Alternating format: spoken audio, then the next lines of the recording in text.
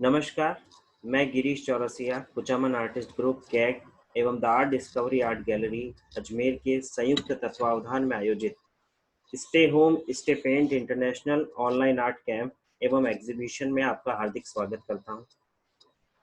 आज हमारे मध्य जो शख्सियत मौजूद है वह किसी परिचय की मोहताज नहीं है, जिनके चित्रों की प्रदर्शनी देश विदेश की प्रतिष्ठित कला दीर्घाओं में आयोजित हो चुकी है, जिन्हें वरिष्ठ कलाकारों तथा कला समीक्षकों द्वारा सराहा गया है। श्रीमती किरण सोनी गुप्ता, वरिष्ठ चित्रकार एवं आईएएस, महानिदेशक, जवाहर कला केंद्र, जयपुर, राजस्थान सरकार। आप अपने अत्यंत व्यस्ततम प्रशासनिक कार्यों के साथ साथ निरंतर सक्रिय रूप से सृजनशील हैं। सदा ही आपकी रुचि समय समय पर विभिन्न राष्ट्रीय एवं अंतर्राष्ट्रीय स्तर पर कला शिविर तथा कला प्रदर्शनियों को आयोजित करने में रही है। अब मैं निवेदन करना चाहूँगा कि महोदया, आप सृजनात्मक अभिव्यक्ति के इस अवसर पर शब्दों द्वारा प्रोत्साहित करें। नमस्कार। मैं सबसे पहले तो बहुत-बहुत बधाई देना चाहती हूँ कुचामन आर्टिस्ट ग्रुप ने, जिन्होंने इस चैलेंजिंग टाइम्स में एक बहुत बड़ा अच्छा इनिशिएटिव लेकर इंटरनेशनल ऑनलाइन एग्जीबिशन और एक आर्ट कैंप का आयोजन किया। मैं समझती हूँ बहुत सारे आर्टिस्ट जो इसके साथ जुड़े हैं, एक सुखद एक्सपीरियंस हुआ होगा और मैं समझती हूँ ये आज के लिए हमारे लिए सबसे ज़्यादा ज़रूरी था। कला, क्योंकि हम जानते हैं कि कला एक समाज का आईना है और किसी भी सिविलाइजेशन का, किसी भी देश का, किसी भी स्टेट का, जब आप स्केल ऑफ सिविलाइजेशन में उसका नाप-तोल करते हैं तो आप देखते हैं कि आर्ट्स एंड क्राफ्ट्स में वो समाज कहाँ तक, किन ऊंचाइयों को छुआ। तो arts and crafts has become almost like a major to see the advancement in society. कला क्योंकि हमारी एक फाइनर सेंसिबिलिटीज को अपील करता है, हमारी फाइनर सेंसिबिलिटीज की एक देन है, तो मैं समझती हूँ वो हमारे समाज का एक सोल है, एक आत्मा है हमारे समाज की। और कला एक ऐसी चीज है जो समय को फ्रीज करती है। आप देखते हैं कि समय को पहचान देती है। जिस जिस युग की आप बात करें, चाहे वो आर्ट है, चाहे आर्किटेक्चर है, चाहे वो बर्तनों का आकार है या गाड़ियां कैसी हैं या आपके डिजाइन्स कैसे हैं जो इस्तेमाल हुए हैं रोजमर्रा जिंदगी में, आप देखते हैं कि कला एस्थेटिक्स और जो डिजाइन्स हैं वो उस युग को डिफाइन करते हैं। Becomes a defining moment. हम बात करते हैं हड़प्पन सिविलाइजेशन की, मोहनजोदारो सिविलाइजेशन की, इजिप्शियन सिविलाइजेशन की। आप देखें कि उनकी पहचान हमेशा उनके आर्कियोलॉजिकल जो हमें उनके चीज़ें मिली हैं उनसे होती हैं। That's why archaeology becomes very interesting and एक बहुत अच्छा एक हमें उस युग की ओर ले जाती है कि उस वक़्त लोग कैसे जीते थे, किस तरह के डिज़ाइन्स थे, कितना एडवांस एस्थेटिक्स था और कला कैसी है। मैं समझती हूँ उसके बाद भी भले ही हम मिडीवल एजेस की बात करें या रिनाइसेंस की बात करें या फ्रेंच रेवोल्यूशन के बाद बात करें, या इंडिया में या हमारी पिछली सेंचुरी में, 19th सेंचुरी में, 20th सेंचुरी में क्या-क्या बदलाव आए। हमारे नंदलाल बोस जी ने, राजा रवि वर्मा जी ने और बंगाल आर्टिस्ट ने, जिन्होंने भी बहुत अच्छी एक देन दी है। मैं समझती हूँ वो एक युग, एक स्टाइल को, एक युग को एक बेंचमार्क कर दिया है। तो हम देखते हैं कि उनके ज़माने में, किसी ज़माने में कभी पॉटरी थी, सिरेमिक्स था, वो कैसे उभर कर आया, कैसे डिज़ाइन्स का परिवर्तन हुआ, कैसे एक दूसरे से डाइवर्सिटी में एनरिच हुए। तो मैं समझती हूँ कि ये है। आप देखें कि मुझे पिछले साल जुलाई में चाइना जाने का मौका मिला। मैंने एक यूथ की डेलीगेशन को मैं हेड करके चाइना गई। हम लोग गए वेस्ट चाइना में, जहाँ जो जगह का नाम है डनहुआंग, और डनहुआंग में बुद्धिस्ट केव्स है। और Dunhuang is on the silk road, जहाँ बहुत सारा ट्रेड होता था भारत का और पूरे वेस्ट का, चाइना के थ्रू आपका ट्रेड होता था। तो बहुत सारे वहाँ बहुत अच्छे केव्स हैं, और वो लोग हमारे अजंता इलोरा केव को एक मदर केव मानते हैं। और आप देखेंगे कि उन केव्स में जो बहुत सरप्राइजिंग चीज मुझे नजर आई कि उसमें एक छोटे से गणेश जी की भी ड्राइंग की हुई थी, फ्रेस्कोस, और बहुत सुंदर तरीके से उनको मेंटेन किया हुआ है। तो ऐसा मालूम होता है कि यस, आर्टिस्ट लोग ट्रैवल भी किए होंगे और ट्रेड भी किया होगा, और कहीं ना कहीं अपनी छाप, अपनी कल्चर, अपनी, क्योंकि व्यक्ति जब जाता है, कहीं भी जाता है बाहर विदेश में, तो अपनी कल्चर को साथ लेके जाता है। बहुत सारा कल्चरल बैगेज होता है उसके पास, और कला उसके भीतर होती है कल्चर बैग में। और मैं समझती हूँ ये कहीं ना कहीं बाहर निकल कर आती है। बहुत सारे इंडियन आर्टिस्ट भले बाहर सेटल्ड हों, चाहे रजा जी हों, उन्होंने फ्रांस में बैठ के बहुत सारा काम किया, और भी बहुत सारे इंडियन आर्टिस्ट हैं बाहर गए हैं, सुजाता मेहता है या और है। अब देखिए कि बाहर की जो एनवायरनमेंट है, एम्बियंस है, एक्सपीरियंसेस है, वो एक आर्टिस्ट को इम्पैक्ट तो करते हैं, लेकिन आर्टिस्ट के भीतर भी जो होता है वो भी उभर कर बाहर आता है। और कहीं ना कहीं जब ये तालमेल बैठता है, तो मैं समझती हूँ बहुत रिचनेस और डाइवर्सिटी आती है। और कला, मैं समझती हूँ कि कला सिर्फ कुछ लोगों के लिए नहीं है। कला सिर्फ आर्ट गैलरीज तक सीमित नहीं होनी चाहिए। कला हमारे जीवन का एक अमुक अंग बनना चाहिए। अब देखते हैं कि गांव में हम जाते हैं तो एक गांव की महिला बहुत सुंदर तरीके से मिट्टी का घर होता है, बहुत सुंदर तरीके से मांडना भी किया जाता है, और सब सुंदर तरीके से घर को सजाती है। उस महिला को नहीं मालूम भी कि वो उसमें कला है, कि वो एक आर्टिस्ट भी है, लेकिन वो बड़ी स्पॉन्टेनियसली अपना मांडना कर देती है। और आप देखते हैं कि this is what we need to make that हर व्यक्ति को जीवन के हर एस्पेक्ट में कला है। सिर्फ एक एहसास हमें दिलाने की जरूरत है कि ये कला हमें कॉन्शियसली कैसे आगे लेके जानी है, बिकॉज कला हमारे जीवन को डिफाइन करती है, मैं तो ये कहूँगी। और हमें, क्योंकि हम आर्टिस्ट हैं, आर्ट के साथ बहुत क्लोजली जुड़े हुए हैं, मैं तो प्रशासन के साथ भी जुड़ी हुई हूँ, तो दायित्व और भी बन जाता है कि हम कला को निखारें और कला को कॉमन मैन के साथ हम उसको जोड़ें। धन्यवाद मैम। कुछ प्रश्न हमारे साथ जुड़े हैं, हाँ, तो मैं चाहूँगा जरूर उनको। अ, जरूर। मैंने अभी उनके नाम तो ले नहीं पाऊंगा क्योंकि बहुत सारे आए थे क्वेश्चंस। तो जिनमें पहला प्रश्न ये है कि आपको चित्रण की प्रेरणा कहाँ से मिली? कला मैं बचपन से करती आ रही हूँ।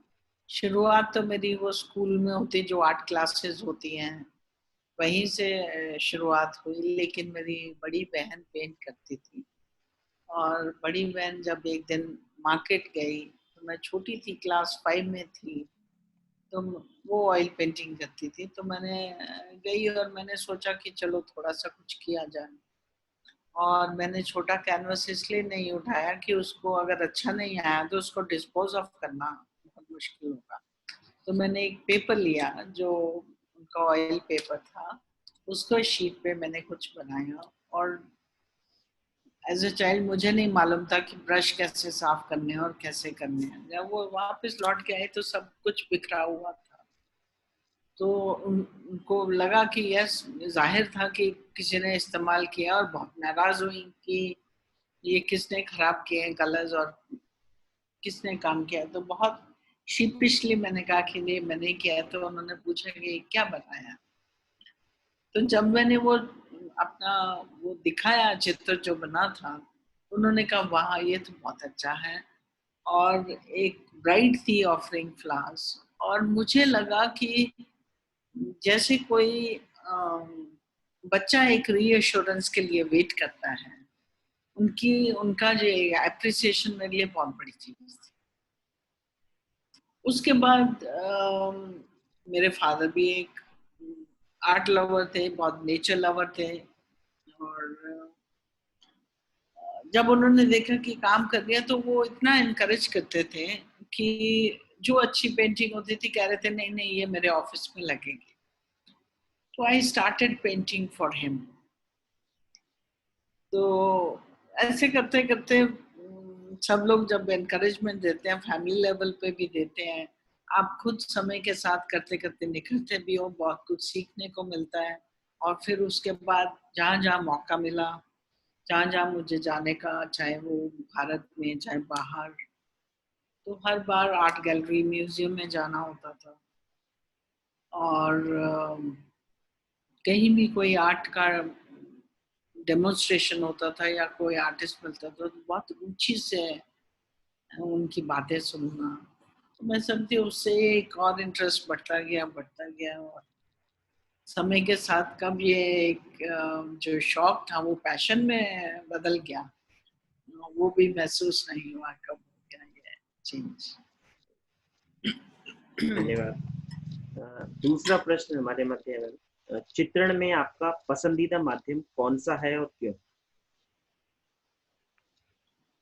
जैसा कि मैंने अभी बताया कि मैंने शुरुआत ही ऑयल से की थी क्योंकि बड़ी बहन करती थी, तो मुझे तब नहीं मालूम था कि इसमें बहुत सारे मीडियम्स है, तो मैंने ऑयल में करना शुरू कर दिया। और ऑयल क्योंकि एक बहुत फ्लेक्सी मीडियम है, आप उसको परिवर्तन कर सकते हो, आपको वो समय देता है सोचने के लिए भी, आप दूर रख के 2 दिन बाद भी उसी कैनवस पे आप लौट सकते हो।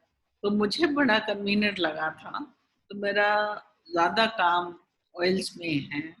लेकिन जब जब कैंप्स में जाना होता है या वर्कशॉप्स करती हूँ तो उसमें एक्रिलिक होता है क्योंकि थोड़ा यूजर फ्रेंडली है और जल्दी वो सूख जाता है। लेकिन जो दूसरा मीडियम है आफ्टर ऑयल्स मेरी पसंद का, वो वाटर कलर्स है। वाटर कलर्स बहुत ही वर्सेटाइल मीडियम है।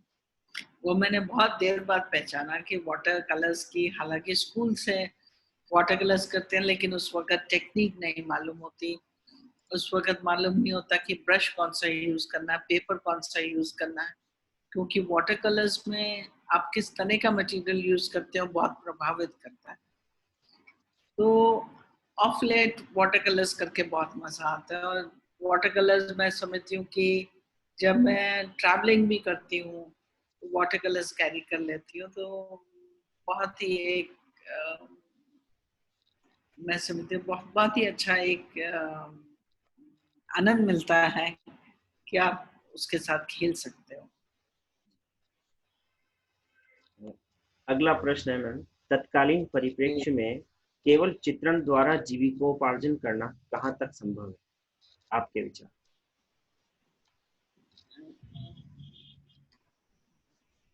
आर्टिस्ट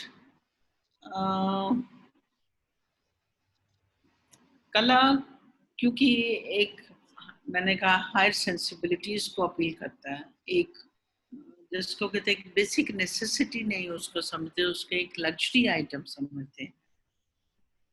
तो कला को जब आप लाइवलीहुड के कॉन्टेक्स्ट में आप देखते हैं और समय के साथ भी, अब देखो रिनेसांस का आप समय लीजिए, जब आपके इटली के बहुत अच्छे अच्छे आर्टिस्ट हुए, आपके लियोनार्डो डी विंसी हैं, माइकल एंजेलो हैं, रफाल हैं, और बहुत सारे अच्छे आर्टिस्ट हुए हैं। उस वक्त आर्टिस्ट को बड़े सम्मान से देखा जाता था, आज भी देखते हैं, लेकिन वेरी करता है क्योंकि अब बहुत सारे आर्टिस्ट, एक तो डाइवर्सिटी बहुत हो गई, मीडियम्स बहुत हो गए, और कला को भी मैं समझती हूँ हर युग में एक पेट्रनेज की जरूरत रही है। रिनेसांस में माइकल एंजेलो को वेटिकन में पेंटिंग्स बनाने के लिए उसको कॉल किया था, वो चर्च के लिए। चर्चेस वहाँ आपकी जितनी डोम्स हैं या कोई हिस्टोरिकल बिल्डिंग है, उस वक्त आर्टिस्ट को उनको कमीशन वर्क दिया जाता था, लेकिन पेट्रनेज थी। भारत में भी आप देखें कि अगर रॉयल फैमिलीज की आप हिस्ट्री देखें, किंग्स एंड क्वींस की हिस्ट्री देखें, आजाद होने से पहले की भी आप देखें, तो बहुत सारे रॉयल फैमिलीज ने आर्टिस्ट को प्रोत्साहन दिया। अरे भले ही बीकानेर फैमिली है या दूसरी कोई और भारत की फैमिलीज है, बड़ौदा फैमिली है, बहुत अच्छा उनका कलेक्शन है। और आज के परिप्रेक्ष्य में बहुत सारे इंडस्ट्रियल हाउसेस हैं जो कला को प्रोत्साहन दे रहे हैं, चाहे वो अंबानीज की हारमोनी फाउंडेशन थी, या फिरोजा गोदरेज जी की गैलरी है, उनकी आर्ट कलेक्शन है, या अभी बजाज वाले हैं, उनकी भी गैलरी है मुंबई में। तो आप देखिए कि ये इनका जो एक इंटरेस्ट है वो आर्टिस्ट के फेवर में बहुत जाता है, और बहुत लोग खरीदते भी हैं। आज भी उनकी बहुत अच्छी कलेक्शन है, गोइंकास की बहुत अच्छी कलेक्शन है, और आर्टिस्ट को, मुझे मालूम है कि बहुत लोग आर्टिस्ट को सपोर्ट करते हैं, बॉम्बे के आर्टिस्ट बहुत लोग बताते हैं। और हमें ज़रूरत है इस पेट्रनेज की, बिकॉज आर्टिस्ट जब कला को एक लाइवलीहुड उसको जब चाहिए, तो आज का जो समय है, जैसे कोरोना का समय है, तो बहुत ही दुखदाई हो जाता है आर्टिस्ट के लिए, बहुत ही मुश्किल हो जाती है, क्योंकि घर से बाहर निकलने की अभी इजाज़त नहीं है। मैं समझती हूँ ये एक विजुअल आर्टिस्ट फिर भी ब्लेस्ड है कि वो घर बैठ के अपना कुछ काम करेगा, भले ही उसका मार्केट को देखते हुए, इकोनॉमी को देखते हुए, इसके इम्पैक्ट को देखते हुए, क्योंकि सब कुछ एक थम सा गया है, तो कला पर भी निश्चित तौर पे प्रभाव पड़ा है। लेकिन धीरे धीरे उम्मीद करते हैं कि सब चीज़ नॉर्मलाइज होगी। और आज जो लॉकडाउन पीरियड में लोगों ने कला को रूप दिया, आप देखेंगे कि बहुत सारे लोग अपने कंफर्ट जोन से बाहर आकर ऑनलाइन एक्टिविटीज शुरू कर दी कला की। ऑनलाइन क्लासेस भी चल रही हैं, ऑनलाइन वेबिनार्स भी हो रहे हैं, और ऑनलाइन सेल भी हो रही है। और एक कलेक्टर को मैं समझती हूँ बहुत ही उचित समय है एक अफोर्डेबल आर्ट लेने के लिए, और करनी भी चाहिए, क्योंकि वो सपोर्ट एक आर्टिस्ट को जाती है जिसकी लाइवलीहुड सिर्फ आर्ट पर निर्भर करती है। तो मैं समझती हूँ कि जो भी संपन्न लोग हैं, बिकॉज कला को कला प्रेमी भी चाहिए, अफोर्डेबिलिटी भी चाहिए, और वो व्यक्ति चाहिए जो कला को सही जगह लेकर भी जाए, जिसको शौक हो, पैशन हो, बैक्ड अप बाय अफोर्डेबिलिटी, और कला को एक अच्छी जगह लेकर जाए, जो आर्टिस्ट मांगते हैं कि उसकी कला की इज्जत हो और कलाकार की वैल्यू हो। तो इस टाइम मैं चाहती हूँ कि जो बहुत बड़े बड़े ग्रुप्स हैं जो अफोर्ड कर सकते हैं, जिनके पास अभी भी सरप्लसेस हैं, वो आगे आकर कला को, कलाकारों को मदद करनी चाहिए। धन्यवाद। इसी क्रम में एक अगला प्रश्न है कि जब इस लॉकडाउन पीरियड में, कोरोना काल में, जवाहर कला केंद्र भी बहुत सी गतिविधियां आयोजित कर रहे हैं, तो कृपया उस पर प्रकाश डालें। जवाहर कला केंद्र के लिए भी बहुत चैलेंजिंग टाइम था। मार्च में जब हमारा मार्च में इंटरनेशनल फेस्टिवल सामर्थ खत्म हुआ, हमने बहुत सारी एक्टिविटीज उसमें की, और इंटरनेशनल वुमेन आर्ट कैंप भी था। हमारी एग्जीबिशन उसकी चल ही रही थी, और कुछ और इम्पोर्टेंट एग्जीबिशन चल रही थी, जब ये जवाहर कला केंद्र को हम लोगों ने गवर्नमेंट के निर्देशानुसार कोरोना को देखते हुए हमने बंद कर दिया था। आज भी बंद है, स्टाफ अब थोड़ा सा खुला है, और हम आगे की प्लानिंग कर रहे हैं, और बहुत सारा काम जो हम कर रहे हैं वो रिसर्च एंड पब्लिकेशंस का कर रहे हैं। और अच्छी बात हमने ये की कि जवाहर कला केंद्र ने पहली बार टेक्नोलॉजी के माध्यम से हमने वर्चुअल गैलरी खोल दी, और एक ऑनलाइन जो समर फेस्टिवल हमारा बच्चों के लिए चलता था, उनकी वर्कशॉप्स, क्योंकि स्कूल बंद होते थे, हमने उसको ऑनलाइन कर दिया। और मैं समझती हूँ उसमें बहुत अच्छा 14 मई ऑनवर्ड्स हमने ये प्रोग्राम चालू किया जो जून एंड तक चलेगा और बहुत अच्छा रिस्पॉन्स आ रहा है।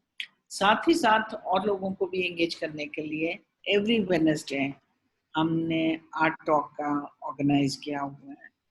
अभी अभी मिनिएचर पेंटिंग्स पे आर्ट टॉक हुई थी पिछले वेडनेसडे, और आने वाले समय में आप देखेंगे कि नेक्स्ट जो है वो क्लासिकल स्कल्पचर्स पे है जो नेशनल म्यूजियम के क्यूरेटर एक्सप्लेन करें।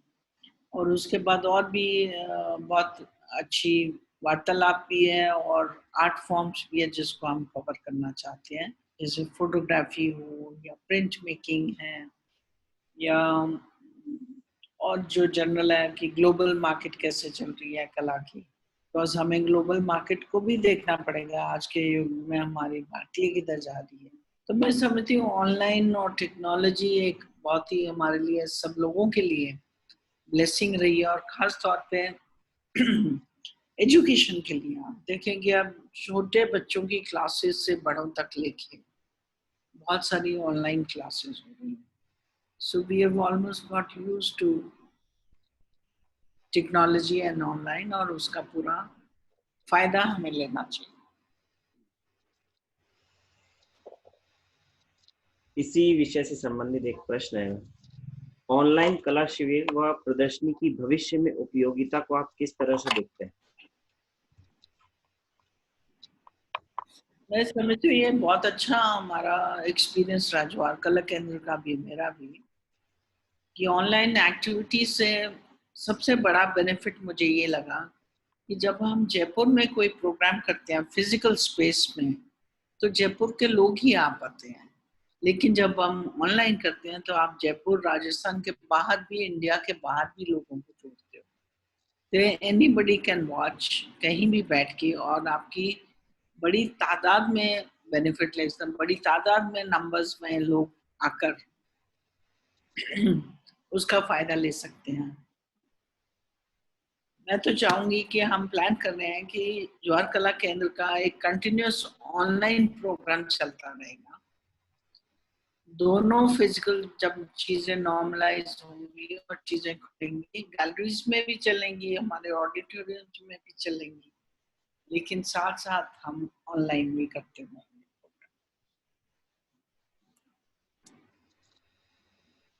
एक प्रश्न है, आधुनिक कला आपकी दृष्टि में भारतीय संस्कृति को कहाँ तक पोषित करती है? ये प्रश्न श्री राम जायसवाल जी ने किया है। जायसवाल जी तो खुद इतने नामी ग्रामी आर्टिस्ट हैं और हम लोग बहुत कदर करते हैं उनकी और उनके काम की।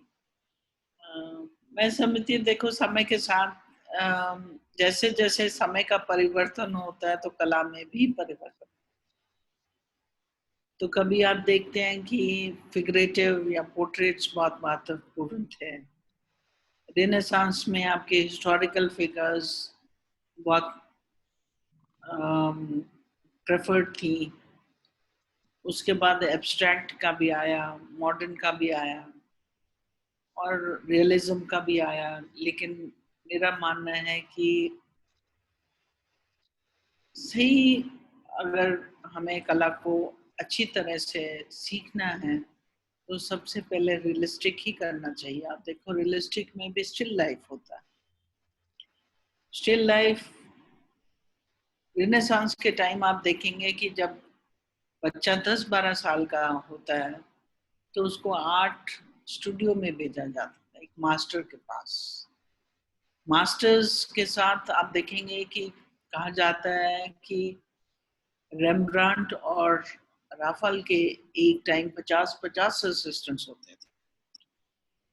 कोई कलर बना रहा है तो कोई ब्रशेस बना रहा है, क्योंकि तब तो सामग्री भी इतनी नहीं थी, ज़्यादा मेहनत करते थे। और मास्टर्स वुड पेंट और बच्चे ये काम करते करते सीख जाते थे। जब जो 20 साल के हो जाते थे तो उनके सामने 2 ऑप्शन होती थी। एक ऑप्शन है तो कि या तो आप असिस्टेंट बनकर काम करते रहो और आपका स्टाइल उस आर्टिस्ट के स्टाइल में ढल जाता है। दूसरा ऑप्शन होता था कि आप बाहर निकलकर, सीख कर, बाहर निकलकर अपना स्टाइल बनाकर आप independent career as an artist pursue कर सकते। और दोनों ही मैं समझती हूँ काफी सक्सेसफुल रहे, और बहुत सारे आर्टिस्ट बाद में बिना असिस्टेंट्स वाले भी रहे, जेनर पेंटिंग्स भी की लोगों ने, एब्स्ट्रैक्ट भी की, इमेजिनेटिव भी की। लेकिन मैं समझती हूँ समय के साथ साथ लोगों की प्रेफरेंस बहुत काउंट करती है। आर्टिस्ट का एक जो माइंडस्केप है, जो उसका एटीट्यूड है, जो उसका सीखना है, और जो लाइफ टाइम में एक्सपीरियंसेस हैं, वो एक आर्टिस्ट को बनाता है।